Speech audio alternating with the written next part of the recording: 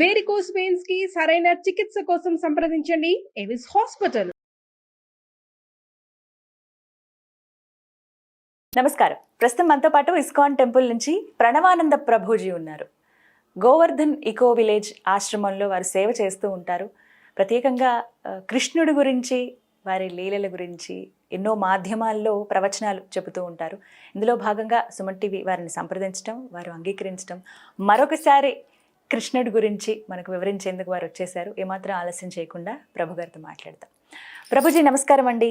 నమస్కారం. ఎలా ఉన్నారు? బాగున్నాం, మీరు ఎలా ఉన్నారు? నేను చాలా బాగున్నాను. మరొకసారి మాకు సమయాన్ని ఇచ్చినందుకు ధన్యవాదాలు తెలియజేస్తూ, ఎన్నో సందేహాలు, ఎన్నో ప్రశ్నలు, ఎన్నో అంశాలు ఉన్నాయి మాట్లాడుకునేవి. అందులో భాగంగా ఫస్ట్ నాకు అనిపించింది, నామం పెట్టుకోవడం అంటే ఒక నామం ఇలా మాత్రమే పెడతారు. తెలుపు, అలాగే కుంకుమ, విభూది లాంటిది కావచ్చు, లేకపోతే శివుడికైతే అడ్డంగా ఇలా నామాలు పెడతారు. వెంకటేశ్వర స్వామికి సంబంధించి, విష్ణువుకి సంబంధించినవి అయితే ఇలా నిలువు నామాలు ఉంటాయి. అయితే మీరు చాలా ప్రత్యేకంగా నామాన్ని ధరిస్తారు. ఎందుకు ఈ విధంగా తిలకం పెట్టుకోవటం కారణం ఏంటండి? ఇది గౌడీయ వైష్ణవ సాంప్రదాయంలో నామాన్ని ఇలా ధరిస్తామన్నమాట. దీన్ని కూడా ఊర్ధ్వపుండ్రము అని అంట. ఒక్కొక్క సాంప్రదాయానికి ఒక్కొక్క రకంగా నామాన్ని ధరిస్తారు. వైష్ణవ సాంప్రదాయంలో ఒకటైనా గౌడీయ వైష్ణవ సాంప్రదాయాన్ని మేము ఇస్కాన్ సంస్థ కూడా ఆచరిస్తూ ఉంటుందన్నమాట. అయితే ఈ కృష్ణ భక్తులు పెట్టుకునే నామం ఇది. ఎలా పెట్టుకుంటారు అంటే, గోపీ చందనము అని ఒక విశేషమైన చందనం దొరుకుతుంది. దాంతో చందనంతో ఈ తిలకాన్ని ధరిస్తారు. దీని యొక్క అర్థం ఏంటి అని అంటే, ఇప్పుడు మేము పైన పెట్టుకున్నాం కదా, ఈ ఊర్ధ్వపుండ్రం ఉంది కదా, ఇది భగవంతుడి యొక్క శ్రీపాదాలు, అంటే భగవంతుడి యొక్క చరణాలు అనమాట.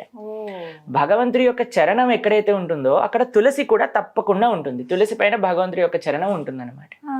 అయితే భగవంతుడి యొక్క శ్రీపాదాలు, ఇక్కడ తులసి, తులసి యొక్క ఆకు భగవంతుడి యొక్క పాదాల దగ్గరే.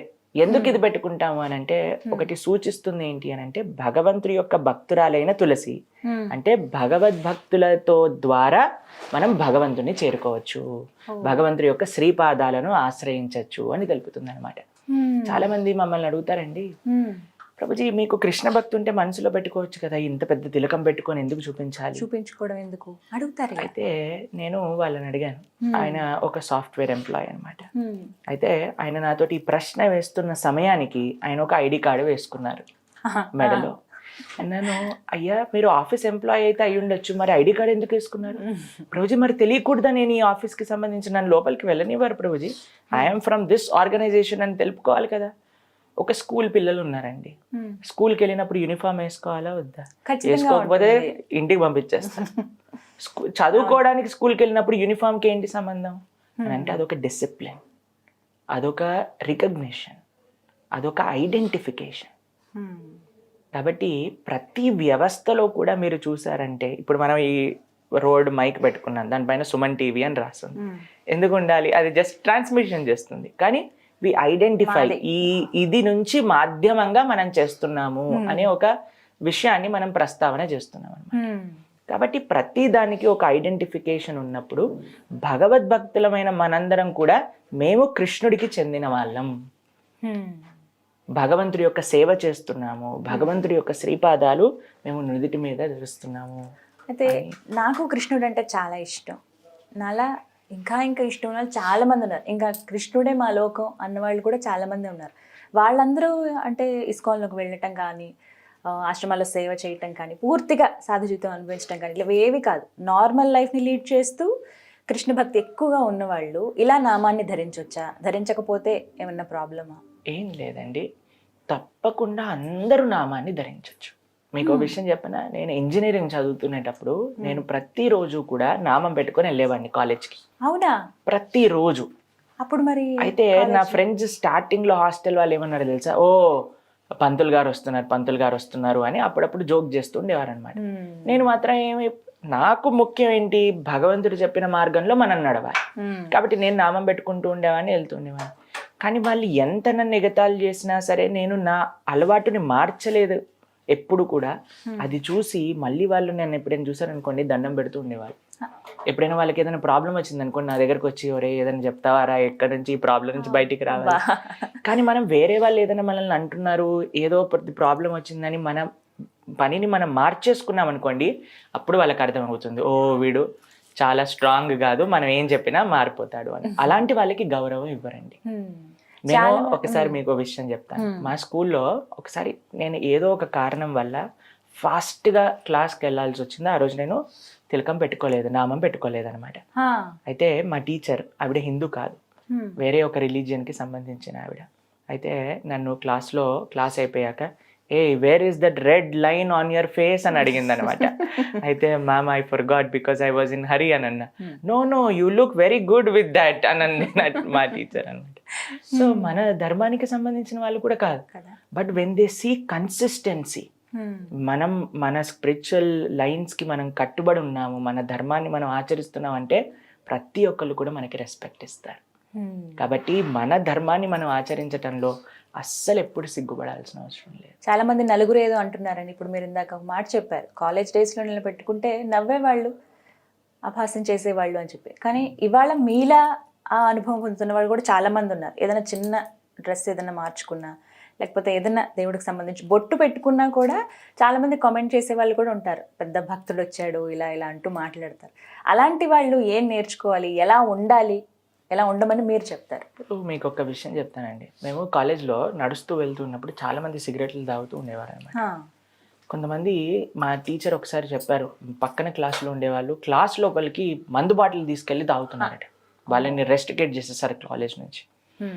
ఏ పని ఎక్కడైతే చేయకూడదో అలా చేయడానికి వాళ్ళు ఎప్పుడు కూడా సిగ్గుపడట్లేదు. మనం ధార్మికంగా ఉండడానికి ఎందుకు సిగ్గుపడాలి చెప్పండి? ప్లస్ ఒకళ్ళు ఒక కల్చర్ని ఆచరిస్తున్నారు అని అంటే మనం దాన్ని రెస్పెక్ట్ చేయాలి. ఎందుకంటే భారతీయత అని అంటే భారతీయ కల్చర్. ఇప్పుడు మీకు ఒక విషయం చెప్తాను. నేను ఇంజనీరింగ్ చదువుతున్నప్పుడు ఫస్ట్ ఇయర్లో ఉన్నానన్నమాట. అయితే కాలేజ్లో ఒక ఈవెంట్ జరిగింది. ఆ ఈవెంట్కి మమ్మల్ని కూడా పిలిచారు. దానికి ఒక డ్రెస్ కోడ్ ఉందన్నమాట. సూట్ వేసుకోవాలి, ఫార్మల్స్ వేసుకోవాలి, అన్నీ కూడా వేసుకొని వెళ్ళాము. అయితే అక్కడికి పరిచయం చేయడానికి అందరూ కూడా ఒక్కొక్కరిని పరిచయం చేస్తూ ఉన్నారు. ఒక ఆయన వచ్చారనమాట మా దగ్గరికి. వచ్చి మమ్మల్ని ఎలా గ్రీట్ చేశారో తెలుసా అండి? ఇలా దగ్గరకు వచ్చి అటు ఇటు ఇలా వెస్ట్రన్ అమెరికన్స్ గ్రీట్ చేస్తారు కదా, అలా గ్రీట్ చేశారనమాట, ఇలా ఎంబ్రేస్ చేసుకొని. అయితే నాకు అనిపించింది, విచిత్రంగా అనిపించింది, నేను ఎందుకు ఇలా చేస్తున్నాడు అని. అయితే నేను అడిగా, ఇలా ఎందుకు గ్రీట్ చేస్తున్నావు అని అంటే, this is what the culture is అని అన్నారు.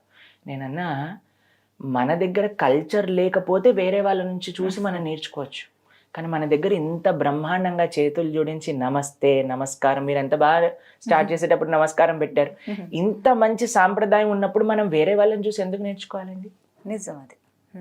కాబట్టి మనకి కట్టు, బొట్టు, మాట అన్నీ మన భారతీయతలో ఉన్నాయి. దాన్ని మర్చిపోయి మనం ఎవరో వెనకాల వెళ్తూ మనం అడ్వాన్స్ అయిపోయాం, మనం ముందుకెళ్తున్నాం అని అంటే ఎలా చెప్పండి? కాబట్టి భారతీయ సంస్కృతికి ఎంత గొప్ప చరిత్ర ఉంది. ముఖ్యంగా ప్రపంచం మొత్తం కూడా భారతీయత వైపు నడుస్తుంది, భారతీయులేమో ఇంకెక్కడికో వెళ్తున్నారు. ఎంత ముచ్చటగా ఉంటుంది.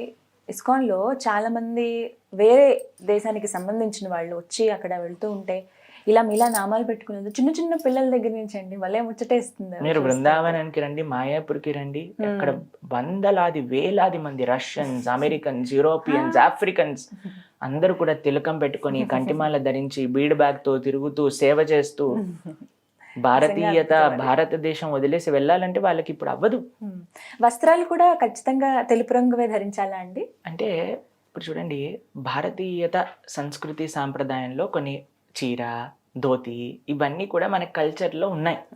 కాబట్టి ఎంత వీలైతే అంత మనము మన సాంస్కృతికంగా ఉండడానికి ప్రయత్నం చేయాలి. అంటే కృష్ణ భక్తిలో ఉన్న వాళ్ళు ప్రత్యేకంగా ఇలా మేము కృష్ణుడికే అంకితం అయిపోయాం మా జీవితం. ఇప్పుడు మేము ఆశ్రమంలో ఉంటాం కాబట్టి మాకు తప్పకుండా ఈ నియమాన్ని అనేది పాటించాలి. మీరు ఎప్పుడు ఇలా తెల్లని దుస్తులు ధరిస్తారా?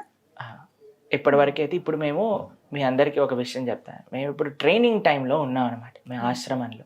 అంటే కొన్ని సంవత్సరాలు ఎలా సాధు జీవితం ఎలా ఉంటుంది, మాకు ఆ సాధు జీవితంలో నచ్చుతుందా, మనం ఎలా సేవ చేయగలుగుతున్నా, ఇవన్నీ చూసి ఇస్కాన్లో చాలా మంది అనుకుంటారండి, ఇస్కాన్కి వచ్చిన వాళ్ళందరినీ వాళ్ళు సాధువులు చేసేస్తారు అని. కానీ అలా కాదండి. నేను నా విషయం చెప్తాను. నన్ను ఇప్పటి వరకు ఒక్కళ్ళు కూడా మా ఆర్గనైజేషన్కి వచ్చి జాయిన్ అయిపో మా ఆశ్రమంలో అని చెప్పలేదు. మిమ్మల్ని ఎవరు అడగలేదు? నా స్వతహాగా నేను వెళ్ళి అడిగా, అయ్యా నేను జాయిన్ అవ్వాలనుకుంటున్నా, మమ్మల్ని జాయిన్ చేసుకుంటారా అని అంటే చాలా ప్రశ్నలు అడిగి, ఎగ్జామినేషన్స్ పెట్టి, స్క్రూటినీ చేసి, దాని తర్వాత సరే నువ్వు రావచ్చు అని చెప్పారనమాట. కాబట్టి ఇస్కాన్ లో చాలా పెద్ద అపోహ ఉంటుంది, ఎవరైనా ఇస్కాన్కి వెళ్తే వాళ్ళు సాధువులైపోతారు. కాదండి, అసలు ఎవ్వరు కూడా అలా మాట్లాడారు. మీకు ఇంకో విషయం చెప్పాలా, ఇస్కాన్ ఒక సంస్థగా మనం చూసినప్పుడు అందులో 99% అందరూ కూడా మ్యారీడ్ పీపులే ఉన్నారు. కేవలం 1% కంటే తక్కువ మంది మాత్రమే మాలాంటి సాధువులు ఉన్నారు. కాబట్టి మేము ఆశ్రమంలో ఉన్నాం కాబట్టి కొన్ని రోజులు ఇలా ఉన్నాం. దాని తర్వాత మా గురువు గారి అనుగ్రహం ఉంటే మేము కూడా కాషాయ వస్త్రాలను ధరిస్తాము. మా తల్లిదండ్రుల యొక్క అనుగ్రహం కూడా ఉంది. మా నాన్నగారు అడుగుతున్నారు, ఎందుకు వైట్ కుర్తాలు ఎక్కువ కొనుక్కుంటావు, నువ్వు కాషాయం ఎప్పుడు వేసుకుంటావు అని అడిగారు అనమాట మొన్న. కాబట్టి వాళ్ళ యొక్క పర్మిషన్, మా గురువు గారి అనుగ్రహంతో తొందరలో కాషాయ వస్త్రం కూడా వేసుకునే అవకాశాలు ఉన్నాయి. అలాగే ముడి కంపల్సరీనా అండి? శిఖ, దీన్ని శిఖ అని అంటారు. భారతీయ సంస్కృతిలో మనం చూస్తే ప్రతి ఒక్కళ్ళు కూడా శిఖని ధరించేవారు అనమాట. ఆడవాళ్ళు ఎలా అయితే జడ వేసుకుంటారో మగవాళ్ళందరికీ కూడా శిఖ ఉండేది.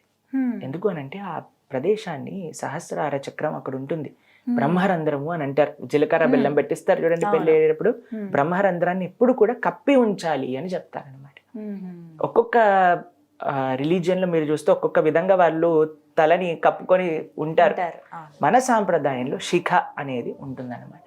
అది కేవలం ఒక్కళ్ళకి సంబంధించింది కాదు, ప్రతి సనాతనీయులు కూడా శిఖని ధరిస్తూ, మీరు ఇంత నార్త్ ఇండియన్కి వెళ్ళారనుకోండి, ఏ పని చేసే వాళ్ళ దగ్గరికైనా చూడండి వాళ్ళందరూ చక్కగా శిఖ పెట్టుకొని ఉంటారు.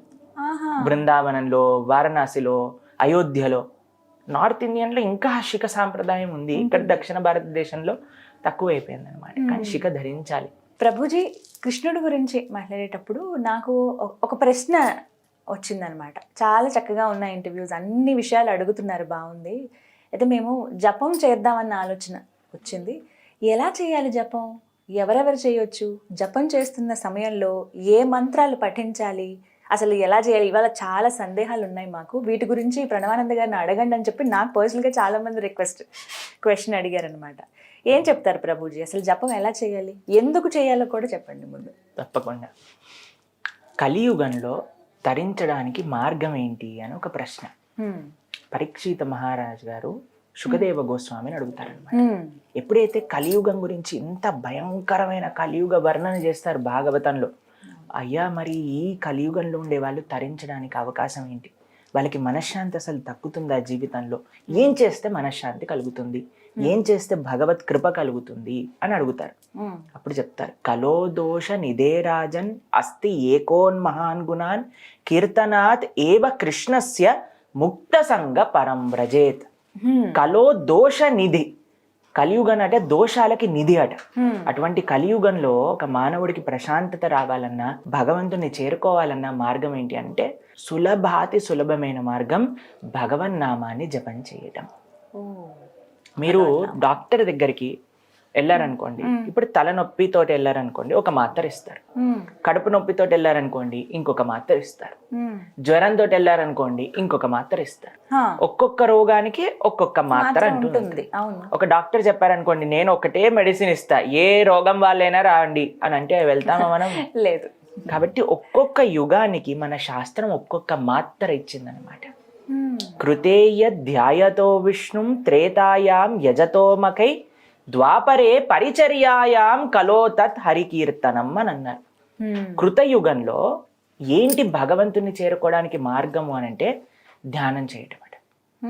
మీకు విషయం తెలుసా అండి, ధ్యానం చేయడానికి కూర్చునే ఆసనం ఉంటుంది కదా, కరెక్ట్ పోస్చర్ లో కూర్చోవడానికి సాధన 10 సంవత్సరాలు పడుతుందట, కేవలం పోస్చర్ కరెక్ట్ చేసుకోవడానికి, కూర్చోవడానికి. అమ్మో. ఇప్పుడు మీరు చెప్పండి, కలియుగంలో ఉండే మనకి లైఫ్ ఎక్స్పెక్టెన్సీ ఇప్పుడు 70 ఇయర్స్కి వెళ్ళిపోయింది.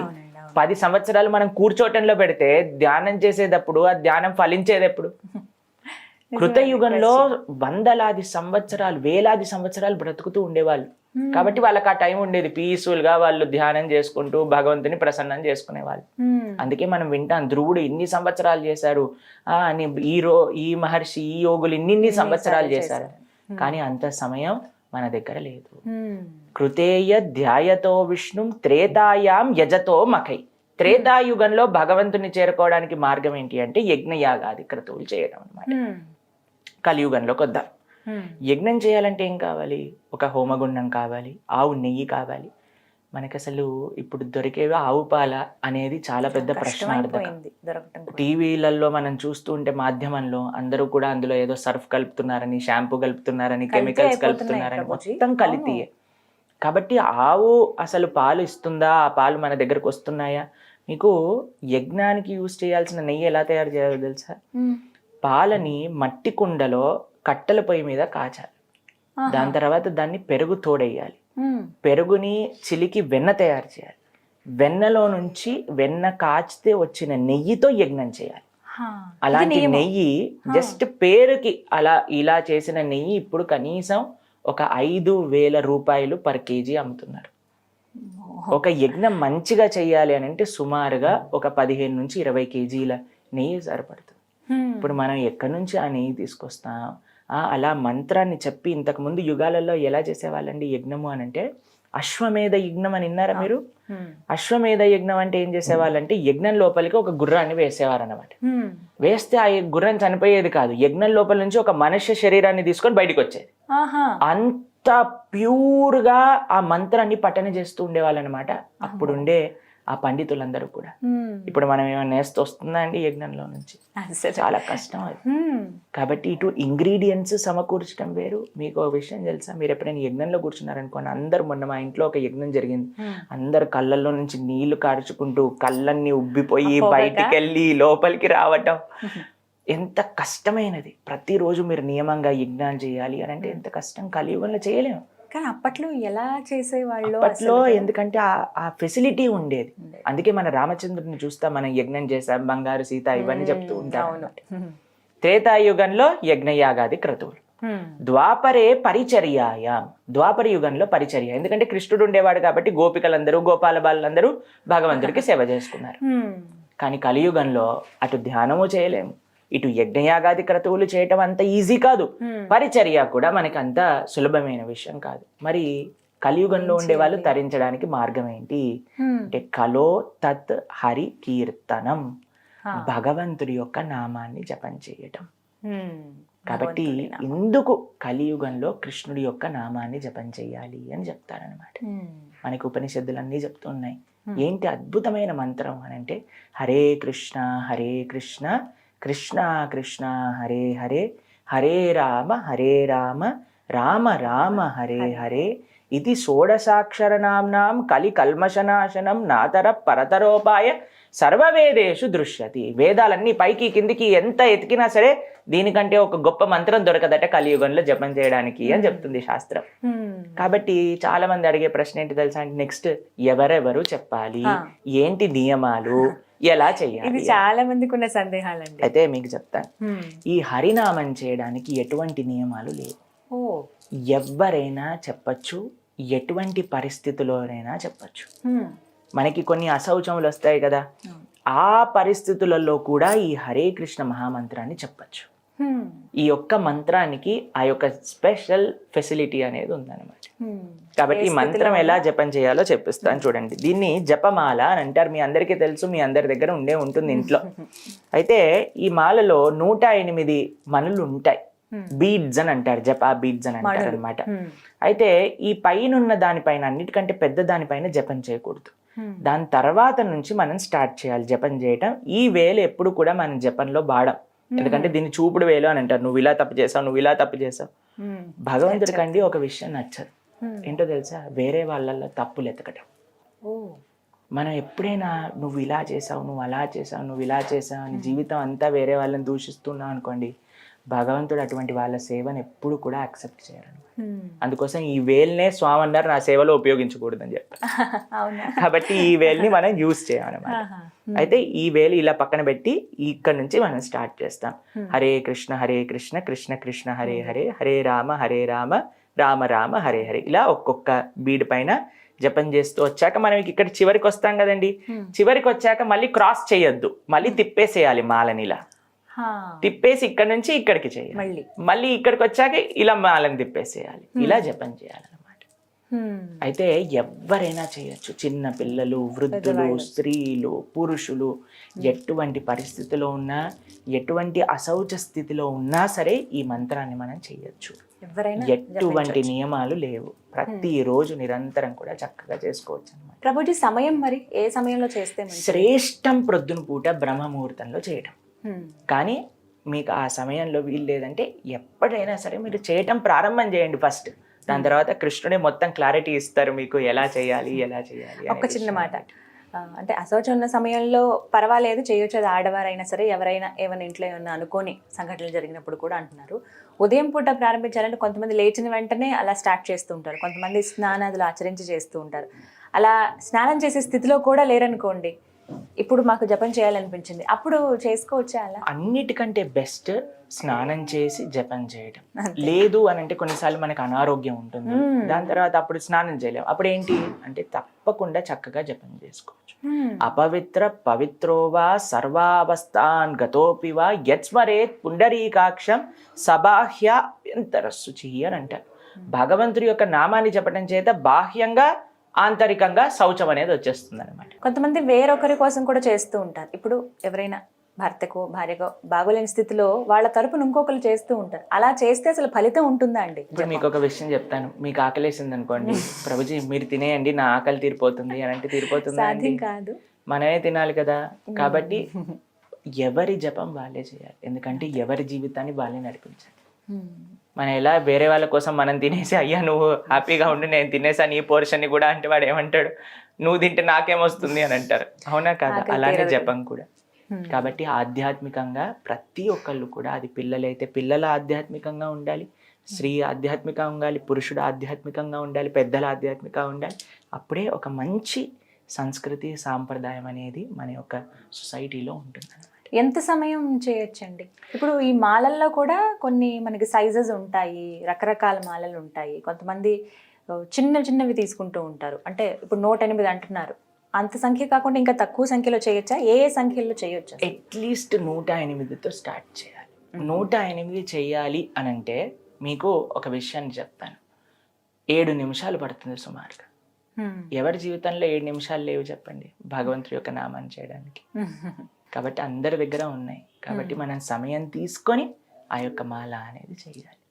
కాబట్టి 7 minutes అంతే, ఈజీ. ప్రభుజీ ఇళ్ళ దగ్గర చేయొచ్చా లేకుంటే ఆలయంలో మాత్రమే ఇలా చేయాలా? ఇంట్లో ఎక్కడైనా సరే, మీరు ఫ్లైట్ లో ఉన్నా, ఇంట్లో ఉన్నా, షిప్ లో ఉన్నా, ఎక్కడున్నా సరే మీరు హ్యాపీగా మంత్రం చేసుకోవచ్చు. నేల మీద, గాలిలో, నీళ్ళల్లో ఎక్కడున్నా సరే జపించుకోవచ్చు అనమాట. తప్పకుండా. నియమాలు ఏమన్నా పాటించాలండి? జపం చేస్తున్నారు, మేము ఇలా దీక్షలాగా తీసుకుంటున్నాము అన్నవాళ్ళు ఎన్ని రోజులు అలా తీసుకోవచ్చు?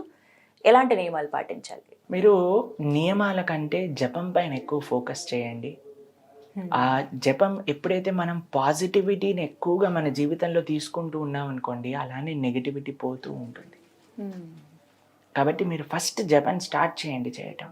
నియమంగా కొన్ని రోజులు చేస్తాం, 21 రోజులు చేస్తాం, ప్రతిరోజు కూడా నియమంగా ఒక 2 మాలలు చేస్తామని ఈ మంత్రాన్ని జపం చేయండి. మీరు కొన్ని రోజులలో మీకే ఆ మంచి విషయాలు, మీకే ఇంకా ఎంతూజియాజం, ఎలా ముందుకెళ్ళాలి భక్తిలో అనే విషయాలు, ఆ ప్రేరణ అంతా కూడా ఆ జపమే మనకి ఇస్తుంది అన్నమాట. ఏమైనా పని చేసినప్పుడు పరిహారం గురించి చాలా మంది అడుగుతూ ఉంటారు. అందువల్ల మాకేంటి ఉపయోగం, మేము ఏం పొందగలుగుతాము జపం చేస్తే అని అడిగేవాళ్ళు ఉన్నారు. ఖచ్చితంగా అది ఆశిస్తారు, మానవ మాత్రలు కాదు, మనకి సహజం ఏముంటుందని. అలాంటి వాళ్ళకి ఏం చెప్తారు జపం చేస్తే? మీరు ఎప్పుడైనా డబ్బులు లెక్క పెట్టారా అండి? లెక్క పెట్టినప్పుడు ఎలా లెక్క పెడతారు? డబ్బులు ఇలా తీసుకొని 1 2 3 4 5 6 7 8 9 10 ఇలా లెక్క పెడతారా? అవును, మీరందరూ కూడా లెక్క పెట్టే ఉంటారు కదండి డబ్బులు. అయితే మనం డబ్బులు లెక్క పెట్టినప్పుడు ఇలా బయటికి ఇలా చేస్తూ లెక్క పెడుతూ ఉంటాం. కానీ మీరు చూసారనుకోండి, జపం చేస్తున్నప్పుడు హరే కృష్ణ కృష్ణ కృష్ణ హరే హరే, హరే రామ రామ రామ హరే హరే అని లోపలికి అంటూ ఉంటారు.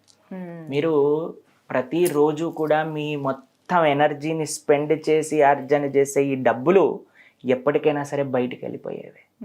కానీ మీతోటి వచ్చేది ఏదన్నా ఉంటే అది భక్తి సుకృతి మాత్రమే. అందుకే ఇది లోపలికి వెళ్తుంది, దీని లోపలికి లెక్క పెడుతున్నా, అది బయటికి లెక్క పెడుతుంది. కాబట్టి లోపలికి వచ్చేది మనతో ఎల్లప్పుడూ ఉండేదాన్ని మనం తప్పకుండా శ్రద్ధగా చేయాలి కదండి. మీతోటి వచ్చేది మాకేమొస్తుంది అని అంటే ఇదే మీతోటి వచ్చేది, ఇంకేది రాదు. ప్రభుజీ మంత్రం గురించి మాట్లాడేటప్పుడు మీరు ఒక మాట అన్నారు ఇందాక, ఎక్కడ చూసినా మనకు అదే కనబడుతుంటుంది, హరే కృష్ణ కృష్ణ కృష్ణ హరే హరే, హరే రామ రామ రామ హరే హరే. అంటే ముందు రాముడు కదా, ఆ తర్వాత కదా కృష్ణుడు. ఈ సందేహం చాలా మందికి వచ్చింది, వాళ్ళ క్వశ్చన్లో కూడా అడిగారు ఇది.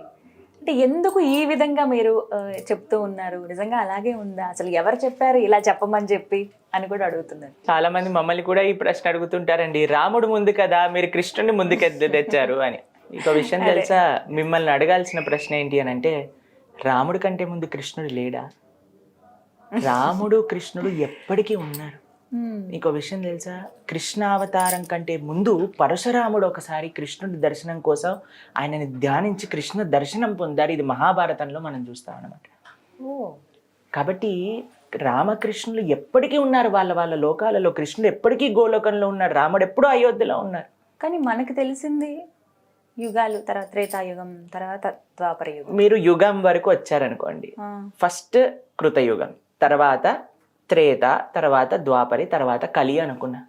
మీకు విషయం తెలుసా, మళ్ళీ కలియుగం తర్వాత ఏంటి? మళ్ళీ సత్యయుగం స్టార్ట్ అవుతుందా? మన టైం లీనియర్ కాదు, మన టైం సైక్లిక్. ఒకటి సైక్లిక్ అన్నారు అనుకోండి, అందులో ఏది ఫస్ట్ ఏది నెక్స్ట్ అని ఎలా తెలుసు? చెప్పలేం కదా. మీకు ఇంకొక విషయం చెప్తానండి. వాల్మీకి కథ మనందరం వినే ఉంటాం కదా. ఆయన ఏం చెప్పారండి? మరా అన్నాడు. నారదుడు రామ అంటే అనలేకపోయారు, మరా అన్నాడు. మరా మరా మరా మరా మరా మరా మరా మరా అన్నా సరే ఆయన తరించి వాల్మీకి అయిన వారు. మనం కృష్ణుని పైన రాముడిని కింద చేస్తే మనం తరించమనండి, చెప్పండి. సాంకేత్యం పారిహాసంస్త స్తోహం హేళనమేవవా వైకుంఠ నామ గ్రహణం అశేషాకహరం విదుహు అని భాగవతం చెప్తుంది. అజామిలుడు అనే ఒక ఆయన ఉన్నారు భాగవతంలో, మనకి ఒక వృత్తాంతం వస్తుంది. ఆయన జీవితంలో చెయ్యని తప్పంటూ లేదన్నమాట. అన్నీ చేస్తాడు, అన్ని పాపాలు. కానీ చేసిన ఒక మంచి పని ఏంటో తెలుసా, వాళ్ళందరికంటే చిట్ట చివరి పిల్లవాడికి నారాయణ అని పేరు పెడతారు. అయితే ఆయన చనిపోయే సమయంలో ఒకసారి యమదూతలు వస్తారనమాట ఈయనని తీసుకెళ్ళడానికి. భయంతో ఆ పిల్లవాడు ఆడుకుంటుంటే నారాయణ అని అంటారు. వెంటనే విష్ణుదూతలు అక్కడికి వచ్చేసి యమదూతల్ని అక్కడి నుంచి పంపించేస్తారనమాట. అయితే వీళ్ళు అడుగుతారు, ఎందుకు, ఏం చేశారు వీడు అని అంటే, భగవంతుని నామాన్ని పలికాడు అంటే. ఆయన భగవంతుని నామాన్ని పలకలేదు, వాళ్ళ పిల్లవాడిని పిలిచాడు. నారాయణుని పిలవలేదు, వాళ్ళ పిల్లవాడిని అన్నారు అని అంటే, ఎలా పిలిచినా సరే భగవన్ నామం ఫలిస్తుంది. ఇప్పుడు ఒక దగ్గర మంట వెలుగుతుందండి, ఒకళ్ళు వెళ్ళి ముట్టుకున్నారు, సర్రని కాలింది. అయ్యో నాకు తెలియను ముట్టుకున్నానండి, కాలకూడదు అని ఉంటుందా అండి? తెలిసినా తెలియకపోయినా భగవన్ నామాన్ని జపం చేస్తూ దాని యొక్క ఫలితం వస్తుంది.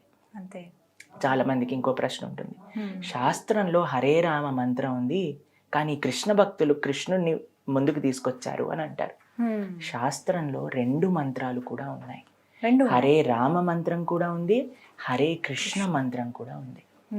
కాబట్టి ఎన్నో మీరు రీసెర్చ్ చేయండి ఇంటర్నెట్లో. మీ అందరికీ ఫోన్ ఉంది, మీ అందరికీ ఇంటర్నెట్ ఉంది కదా. కాబట్టి 2 వర్జన్స్ కూడా మన శాస్త్రాలలో ఉన్నాయి. దాన్ని ప్రామాణికంగా మన ఆచార్యులు అందించారు. అన్నిటికంటే ముఖ్యం ఏంటో తెలుసా అండి, ఆచార్యులని అనుగమించటం, వాళ్ళు చెప్పిన విధంగా ఉండటం అన్నమాట. కాబట్టి శ్రీ చైతన్య మహాప్రభు హరే కృష్ణ మహామంత్ర చెయ్యండి అని గౌడీయ వైష్ణవ సాంప్రదాయంలో అందరికీ కూడా అందించారు. అదే విధంగా మనందరం కూడా జపం చేస్తున్నాం.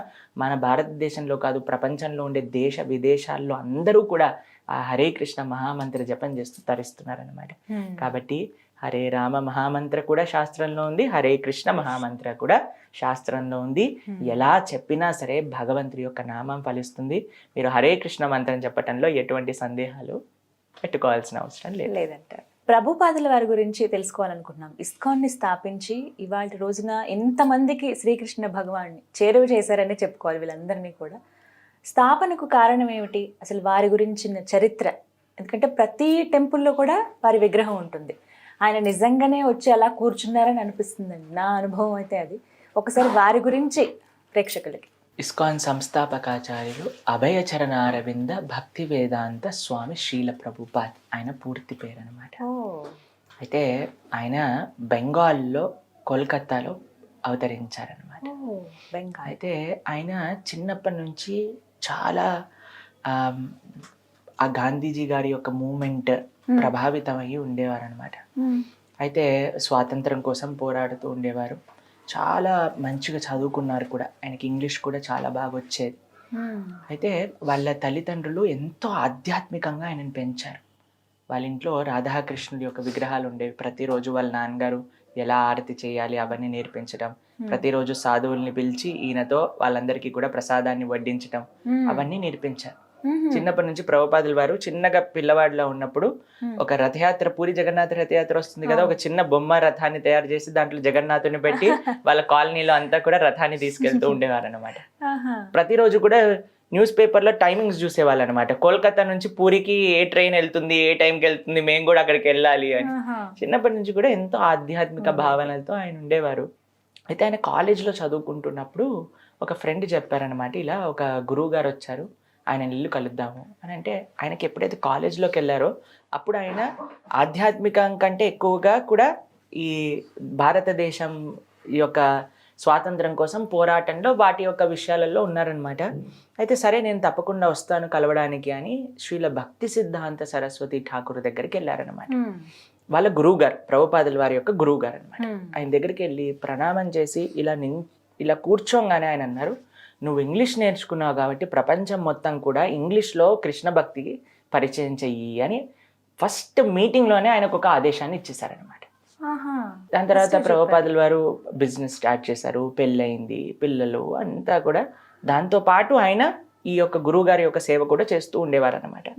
అంతా బాగా జరుగుతుంది. ప్రభుపాదుల వారు ఆల్మోస్ట్ వృద్ధులు అయిపోతూ ఉన్నారన్నమాట. అప్పుడు ఆయన వాళ్ళ యొక్క గృహస్థ ఆశ్రమాన్ని త్యజించి సన్యాసాశ్రమాన్ని స్వీకరించారు. వాళ్ళ యొక్క బాధ్యతలన్నీ అయిపోయాక సన్యాసాశ్రమాన్ని స్వీకరించారు. బృందావనంలో ఉంటూ ఉండేవారు అనమాట. బృందావనంలో ఉంటూ ఉన్నప్పుడు ఆయనకి వాళ్ళ యొక్క గురువు గారి యొక్క ఆదేశం ఏంటి, ప్రపంచం మొత్తం కూడా కృష్ణ భక్తిని పరిచయం చెయ్యాలి. ప్రభుపాదుల వారికి 70 సంవత్సరాలు. ఆ సమయంలో ఆయన ఇప్పుడు నా గురువు గారి యొక్క పని, ఆయన నాకు ఇచ్చిన సేవ నేను నిర్వర్తించాలి అని. ఇప్పుడు మీరు చూసారనుకోండి, చాలా మంది ఏమంటారు తెలుసా, ప్రభుజీ దేవుడు దయ వల్ల ఈ ఒక్క ప్రాజెక్ట్ అయిపోయింది అని అంటే నేను మంచిగా నా మెటీరియల్ లైఫ్కి రిటైర్మెంట్ చెప్పి బ్రహ్మాండంగా సేవలో ఒక ఆశ్రమంలో బృందావనంలో ఎక్కడో ఒక చోటు ఉండి మీ ఆశ్రమానికైనా వచ్చి ఉంటాం ప్రభుజీ, మా వృద్ధాప్యం మొత్తం చాలా పీస్ఫుల్గా గడపాలి అని మేము అనుకుంటున్నాం. 70 సంవత్సరాల వయసులో అందరూ బృందావనానికి వెళ్ళి ఉండిపోవాలి అని అనుకుంటున్న వయసులో ఆయన బృందావనం నుంచి అమెరికాకి వెళ్ళాలి, ఎందుకంటే నా గురువు గారు నాకు ఇచ్చిన సేవ. చాలా ప్రయత్నం చేశారండి, ఎలా వీసా దొరుకుతుంది, ఎలా వెళ్ళొచ్చు, ఎవరైనా స్పాన్సర్ చేస్తారా, ఒక్క పైస కూడా ప్రభుపాదుల వారి దగ్గర ఉండేది కాదు. ఆయన పుస్తకాలు రాయడానికి పేపర్ యొక్క కొనుక్కోవడానికి డబ్బులు మెలగాలి అని 4-5 కిలోమీటర్లు నడుస్తూ వెళ్తూ ఉండేవారు అనమాట. ఒక సన్యాసిగా ఉండి 70 సంవత్సరాల వయసులో ఢిల్లీలో ప్రతి ఒక్కళ్ళ దగ్గరికి వెళ్ళి ఆయన ఈ పుస్తకాన్ని చదవండి, కృష్ణుడి గురించి తెలుసుకోండి అని అడుగుతున్నప్పుడు ఒకసారి ఒక సన్ స్ట్రోక్ తలిగి ఆయన కళ్ళు తిరిగి రోడ్డు పైన పడిపోతారనమాట, ఇండియా గేట్ దగ్గర. అప్పుడు ఆయనని తీసుకెళ్ళి ఒకరి దగ్గర కూర్చోబెడితే, మీరు ప్రొద్దు నుంచి ఏదైనా తిన్నారా అంటే ఆయన అసలు ప్రొద్దు నుంచి ఏం తినలేదు, అసలు నీళ్లు కూడా త్రాగలేదు. ప్రొద్దున లేసి ఇలా కృష్ణ భక్తిని చేయడానికి ఆ వయసులో అంతగా పరితపించారు. భారతదేశంలో ఝాన్సీలో ఆయన నిజంగా ఈ యొక్క సంస్థని ప్రారంభించాలి అనుకున్నారు, కానీ భారతీయులందరూ అమెరికాకు పరిగెత్తుతున్నారనమాట. అమెరికన్స్ ఎలా చేస్తే అదే మెయిన్ మాకు ప్రామాణికం అని భారతీయులందరూ అటువైపు తిరుగుతున్నారు. ప్రభుపాదుల వారు అనుకున్నారు, నేను వెళ్ళి అమెరికన్స్ ని మారుస్తా, అప్పుడు ఇండియన్స్ వింటారు. ఎందుకంటే మనకంతా వాళ్ళు ఏం చేస్తే మనం కూడా కదా అదే లైన్లో కదండి మనం కూడా వెళ్తుంది. కాబట్టి 2 కారణాలు. చాలా మంది అనుకుంటారండి ఇస్కాన్ ఒక విదేశీ సంస్థ అనుకుంటారు. ఇస్కాన్ విదేశీ సంస్థ కాదు, ఇస్కాన్ అంతర్జాతీయ సంస్థ. ఈ రెండిట్లో చాలా వేరుంది. ఇస్కాన్ అని అంటే international society for Krishna consciousness. International society, it is not an American society. చాలా మంది విదేశీ సంస్థ అని అంటున్నారు, వాళ్ళకి నిజంగా తెలియదు ఇస్కాన్ ఆర్గనైజేషన్ గురించి. ఇది ఒక అంతర్జాతీయ సంస్థ. ఎందుకంటే కృష్ణుడు కేవలం భారతీయుల వాడు కాదండి. అహం బీజ ప్రదాపిత సుహృదం సర్వదేహినం అన్నారు, కానీ సుహృదం భారతీయనం అనలేదు. కాబట్టి అందరూ కూడా కృష్ణుడి యొక్క భక్తి, కృష్ణుడి యొక్క కృపా పాత్రులు అవ్వాలి కదా. అందుకు ఆయనని ప్రభుపాదుల వారిని కృష్ణ కృపా శ్రీమూర్తి అని అంటారు. కృష్ణుడి యొక్క కృపని ప్రపంచాన్ని మొత్తం కూడా పంచారనమాట. సరే, ఆయన ప్రయత్నిస్తూ ఉన్నారు ఎలా అమెరికాకి వెళ్ళాలి అని. శ్రీమతి మొరార్జీ అని ముంబైలో ఉండేవారు. ఆవిడ ఒక క్రూజ్ కంపెనీని నడిపేవాళ్ళు అనమాట. కార్గో కంపెనీని నడుపుతూ ఉండేవారు అనమాట. ఆవిడ దగ్గరికి వెళ్ళి ప్రయత్నం చేశారు, మాకు ఒక ఇస్తారా, ఒక టికెట్, మేము వెళ్ళాలనుకుంటున్నాం అమెరికాకి అని అంటే ఆవిడ అన్నారు ఆయనతో, మీరు 70 సంవత్సరాల వయసులో మీరు వెళ్ళాలి అని అనుకుంటున్నారు అమెరికాకి, మీరు అక్కడికి వెళ్తే చనిపోతారు, ఆ చలికి మీరు తట్టుకోలేరు, మీకు తెలిసిన వాళ్ళు ఎవ్వరు లేరు, మీకు డబ్బులు లేవు, ఎలా వెళ్తారు అని అంటే ఎన్నోసార్లు ప్రయత్నం చేసి ప్రాధేయపడి ఆ వయసులో ఆయన ఒక కార్గో షిప్లో, అంటే సామాన్లు తీసుకెళ్తారు చూడండి, ఆ కార్గో షిప్ లో ఒక చిన్న సీట్ ఇస్తారనమాట శ్రీమతి మొరార్జీ. ఆ షిప్ లో ఎన్నో నెలలు ప్రయాణం కోల్కతా నుంచి ప్రారంభం చేసి అమెరికా బాస్టన్ కి చేరుకున్నారనమాట. మీకు విషయం తెలుసా, కేవలం 40 రూపాయలు చేతిలో పట్టుకొని ఆయన వెళ్ళారు అమెరికాకి. కానీ ఆయన తీసుకెళ్ళింది ఏంటి, ఒక ట్రంక్ పెట్టెలో భాగవతం ఇదే పట్టుకొని. ప్రభుపాదుల వారు ఏమంటారో తెలుసా, నేను భాగవతాన్ని తీసుకెళ్ళలేదు అమెరికాకి, భాగవతం మమ్మల్ని తీసుకెళ్ళింది తన యొక్క సేవకుడుగా.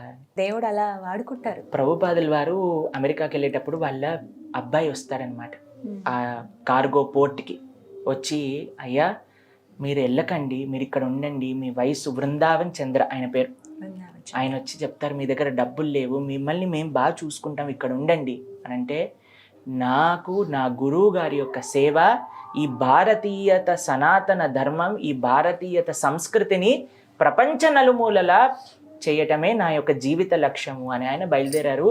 ఆయన కార్గోలో వెళ్తున్నప్పుడు ఆయనకి 2 హార్ట్ అటాక్స్ వస్తాయండి. అమ్మో, 2 హార్ట్ అటాక్స్ ఆ షిప్లో ఉన్నప్పుడే. దాంతోపాటు సీ సిక్నెస్తో మొత్తం తలనొప్పి, జ్వరము. ఒక 70 సంవత్సరాలు అంటే మనం రిలేట్ చేసుకోలేమండి అసలు ఆ యొక్క పరిస్థితికి. కానీ ఆయన అలానే ఏమంటారో తెలుసా, కృష్ణుడికి ప్రార్థన చేస్తారు, నేను నీ చేతుల్లో ఒక తోలు బొమ్మ లాంటి వాడిని, నువ్వు ఎలా నన్ను డాన్స్ చేస్తానంటే చెయ్యి, నచావ్ ప్రభు నచావ్ అని అంటారు అనమాట. నువ్వు నన్ను ఏం చేయాలనుకుంటే నేను సిద్ధంగా ఉన్నా, నాతోటి ఎలా నడిపిస్తే అలా అని. అక్కడికి వెళ్ళినప్పుడు ఎవ్వరు తెలియదండి అసలు, అమెరికాలో ఒక్కళ్ళు తెలియదు. వెళ్ళటమే ఒక సాహసం. అంటే అక్కడికి వెళ్ళి అక్కడ ఉండే వాళ్ళకి అసలు వాళ్ళ కృష్ణ తెలుసా, రామ తెలుసా, భక్తి తెలుసా, అసలు ఏం తెలియదు. అటువంటి వాళ్ళకి ప్రతిరోజు కూడా ఎంతో శ్రమించి ఆయనే అన్ని వస్తువులను తీసుకొచ్చి వండి క్లాస్ ఇచ్చి అందరికీ కూడా ఆయన సొంతంగా వడ్డన చేసేవాళ్ళు. వాళ్ళందరూ తిని, వాళ్ళకి కల్చర్ తెలియదు కదండి, వాళ్ళందరూ ఎంగిల్ ప్లేట్లు అలా వదిలేసి వెళ్ళిపోతే ప్రభుపాదుల వారు అన్ని ఎంగిల్ ప్లేట్లు కూడా తీసేవాళ్ళు అనమాట. తర్వాత కడిగేవాళ్ళు. ఒక సన్యాసి 70 సంవత్సరాల పైబడిన వయసులో మీరు ఆలోచించండి. అలా చేసి జనాలందరినీ కూడా ఒకసారి ఆయన చంపడానికి ప్రయత్నిస్తారు, ఒకసారి ఆయన దగ్గర ఉన్న డబ్బులన్నీ దొంగతనం చేసేస్తారు. ఎంత ప్రయత్నించి, కానీ మీరు ప్రతి ఒక్కరు నేర్చుకోవాల్సింది ఏంటో తెలుసా అండి, ప్రభుపాదుల వారి దగ్గర నుంచి ఒక్కసారి కూడా వెనకడగేయలేదు ఆయన. మనకి ఇంత చిన్న కష్టం వస్తే మనం అనుకుంటా, ఓ అయిపోయింది మన ప్రయత్నం, క్లోజ్ అనుకుంటా, వెనకాలకి వెళ్ళిపోతాం, లేదా డిప్రెషన్లోకి రావటం, ఆత్మహత్యలు చేసుకోవటం, ఎన్ని చూస్తున్నామండి. కానీ ఆయన ఒక్క రోజు కూడా వెనుదిరగలేదు. నేను భగవంతుడి యొక్క దయ ఉంటే తప్పకుండా జరుగుతుంది అని ప్రారంభం చేశారు. వస్తూ ఉన్నారు, వింటూ ఉన్నారు, అందరూ రావటం మొదలెట్టారు. నెక్స్ట్ 10 సంవత్సరాల్లో 14 సార్లు ప్రపంచం మొత్తం కూడా భ్రమణ చేసి 108 ఆలయాలు స్థాపన చేశారు. 5,000 మందికి దీక్ష ఇచ్చారు. ప్రపంచంలో నలుమూలలో, ఇప్పుడు మీరు ఏ కంట్రీకైనా వెళ్ళండి, ఏ మారుమూల ప్రదేశానికి వెళ్ళండి, హరే కృష్ణ అని ప్రకటిస్తారు. ఈ తిలకం చూడంగానే బీడు బాగా వేసుకోగానే. కాబట్టి ఆయన చేసిన సేవ అందరూ కూడా ఏమంటారో తెలుసా అండి, ఒక మానవ మాత్రుడికి సాధ్యం కాదు. భగవంతుడి యొక్క పూర్తి కృప ఆయన పైనుండి ఇంత భారతీయత. ఇప్పుడు చూడండి, ఏ కంట్రీలో, రష్యాలో, అమెరికాలో, ఆఫ్రికాలో, యూరోప్ దేశాలలో. ఆయన ఒకసారి ఇంగ్లాండ్ వెళ్తారనమాట. లండన్కి వెళ్ళినప్పుడు అక్కడ రిపోర్టర్ అడుగుతారు, ఏం తీసుకోవడానికి వచ్చారు ఇంగ్లాండ్ నుంచి అని అంటే ఆయన అన్నారు, మీరు మమ్మల్ని ఇన్ని 100 సంవత్సరాలు పాలన చేశారు, మొత్తం ఇండియానే మొత్తం లూటీ చేశారు, కానీ ఇండియాలో నిజమైన ధనం, ఆధ్యాత్మికతను మాత్రం మీరు తీసుకోలేరు. మిమ్మల్ని నుంచి తీసుకోవడానికి కాదు, మీకు ఇవ్వడానికి వచ్చాను ఆ భారతదేశ ఆధ్యాత్మిక సంస్కృతిని అని చెప్పారనమాట. కాబట్టి ప్రభుపాదుల వారు ప్రతి క్షణం కూడా జనాలకి ఇచ్చారు. ఆయన యొక్క జీవితం మొత్తం కూడా భారతీయ సనాతన సంస్కృతి, కృష్ణ భక్తి వ్యాప్తం చేయడానికి. ఇప్పుడు మనం చూస్తాం, ప్రతి ఒక్కళ్ళు చీర కట్టుకొని, ధోతి వేసుకొని, అందరు ఫారినర్స్ అందరు తిలకం పెట్టుకొని భారతదేశం అంతా భ్రమణ చేస్తూ ఎంత బాగుంటుంది. మనందరం ఏమో మర్చిపోయాం, జీన్స్ ప్యాంట్ స్కర్ట్స్ వేసుకొని, వాళ్ళందరూ ఏమో చీరలు ధోతిలు వేసుకొని వాళ్ళు బ్రహ్మాండంగా భారతీయ సంస్కృతిని ముందుకు తీసుకెళ్తున్నారు. అలా చాలా ప్రచారం జరిగింది. ఎన్నో వేల మంది కృష్ణ భక్తిలోకి వచ్చేసారు. చిట్ట చివరి సమయంలో ఆయన 20 రోజుల నుంచి ఆయన ఏం తినలేదు. ఇంకా ఆయన చిట్ట చివరి దశలో ఆయన. కానీ ఆ పడుకొని ఆ మంచం పైన కూడా భాగవతం యొక్క భాష్యాన్ని చెప్తూ ఉన్నారనమాట. ఇప్పటికీ మనం ఆ వీడియోస్, ఆ ఫోటోగ్రాఫ్స్ అన్ని కూడా ఇంటర్నెట్లో మీరు చూడొచ్చు. డాక్టర్ ఇలా పట్టుకొని చూస్తే అసలు ఎలా ఉన్నారు అసలు ఈ మనిషి ప్రాణంతో అన్నట్టుగా ఆశ్చర్యపోయేవారు అనమాట. కేవలం ఎముకలు, దానిపైన తోలు మాత్రమే కనిపించేది. అంత క్షీణించిన సమయంలో కూడా ఆయన భాష్యం చెప్తూ ఉండేవారు అనమాట. ప్రతి క్షణము కూడా ఆయన జీవితంలో గురు సేవ, కృష్ణ సేవ, భారతీయత సనాతన ధర్మ ప్రచారం. ప్రతి టెంపుల్లో కూడా, ఇస్కాన్ టెంపుల్లో కంపల్సరీ ప్రభుజీ గారిది ఉంటుందా? అంటే ప్రభుపాదుల వారిది విగ్రహం ఉంటుందా? అంటే నేను చాలా చోట్ల చూశాను.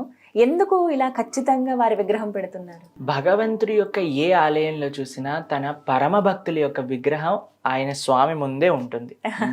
విష్ణుమూర్తి ఆలయాలకు వెళ్ళారనుకోండి, అక్కడ గరుడు మంత్రుడు నించొని ఉంటాడు. రాముడి దగ్గరికి వెళ్ళారనుకోండి, హనుమ నించుంటారు. శివుడి దగ్గరికి వెళ్ళారనుకోండి, నందీశ్వరుడు నించుంటాడు. అలానే ఆ ఇస్కాన్ ఆలయాల్లో అంత జీవితాన్ని మొత్తం కూడా భగవంతుడికి సమర్పణ చేసి, భగవంతుడు తెలియని ప్రదేశాలలో కూడా భగవంతుని స్థాపన చేసి. మీకు విషయం తెలుసా? లండన్లో మా ఇస్కాన్ టెంపుల్లో ఉండే భగవంతుడి పేరేంటో తెలుసా? రాధా లండన్ ఈశ్వర. పారస్ లో ఉండే స్వామి పేరు తెలుసా? రాధా పారస్ ఈశ్వర. కాబట్టి అందరికీ ఈశ్వరుడు కృష్ణుడు, కానీ ఆయనను మర్చిపోయారు.